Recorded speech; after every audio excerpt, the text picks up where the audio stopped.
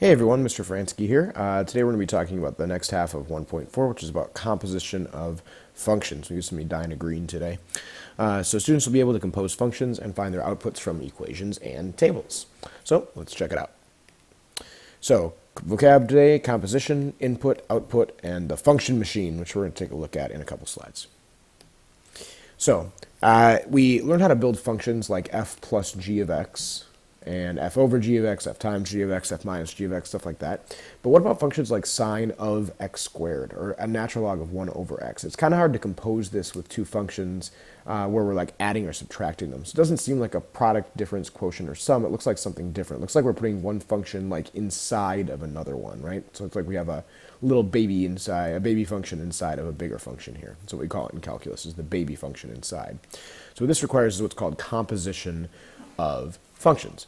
So composition of functions has to do with if we put an x value into, you might have seen these function machines like back in elementary school maybe. So if we put an x value into a function, let's say that function is f of x, and f of x might have some kind of rule like plus 5 or something like that. So x goes into this machine and you add 5 to it, or you do something to it. This f of x does something to this x value, and you get an output, right? So we get some kind of an output. So what composition says, I'm going to take that output and I'm going to put it into a different function, g of x. Actually, the way I'm going to do this is going to be g up here and then f down below. So this will be f. Okay, and then we get an output out of there, and that is kind of our final result. And what this final output is going to be called is going to be f of g of x. That's called composition of functions. So the way that this works is if the range of g of x intersects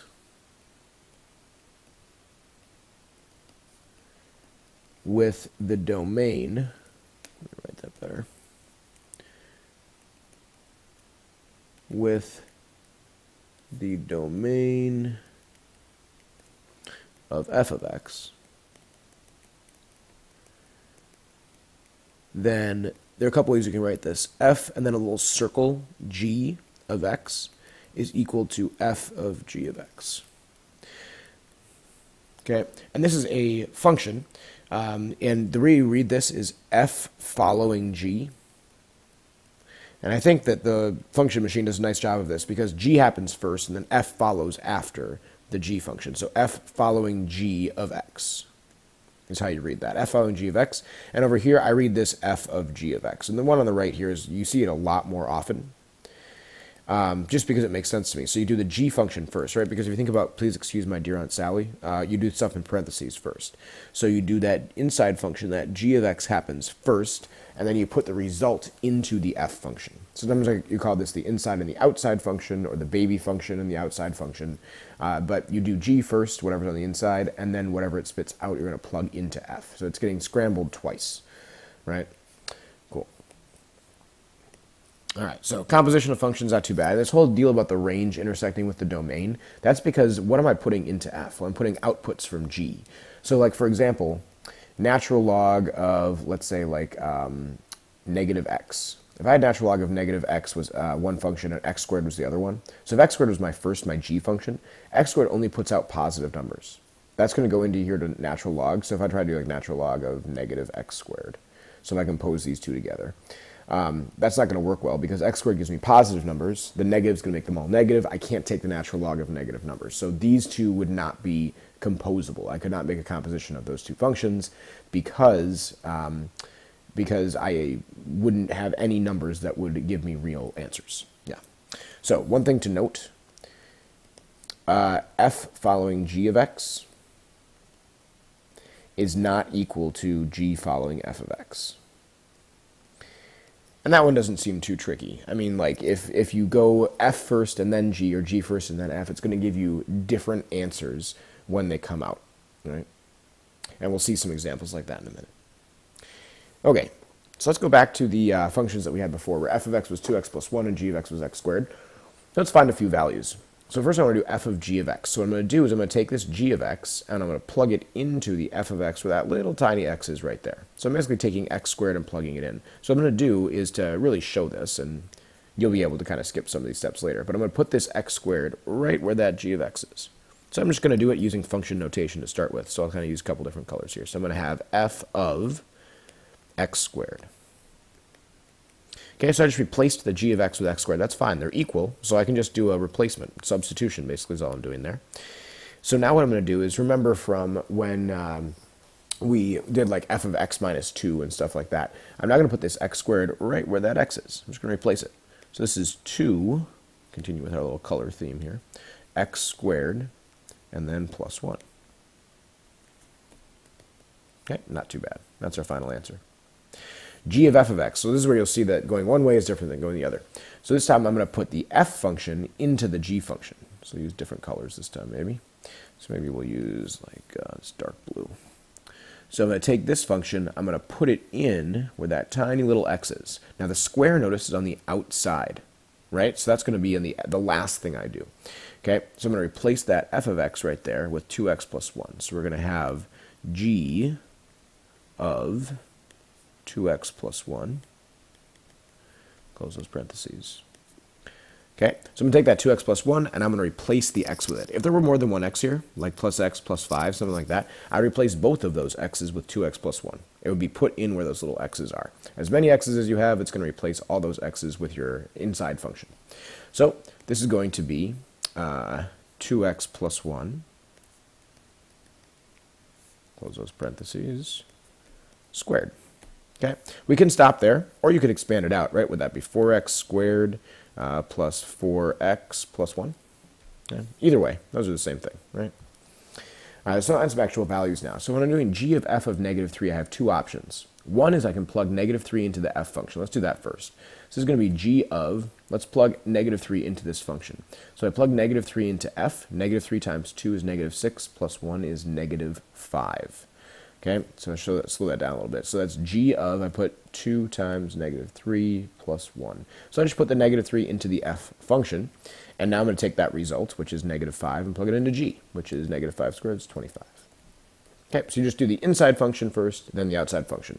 I always told students you work inside out, right? You work inside out. Inside function first, then the outside. Here we got the little circle notation. So I automatically rewrite this f of g of x, or f of g of negative 5 in this case, okay? Because I don't like to deal with the little circle. So f following g means g is going to happen first, which makes sense because it's on the inside. So g of negative 5 is 25, so I have f of 25. 25 times 2 is 50, plus 1 is 51. Cool.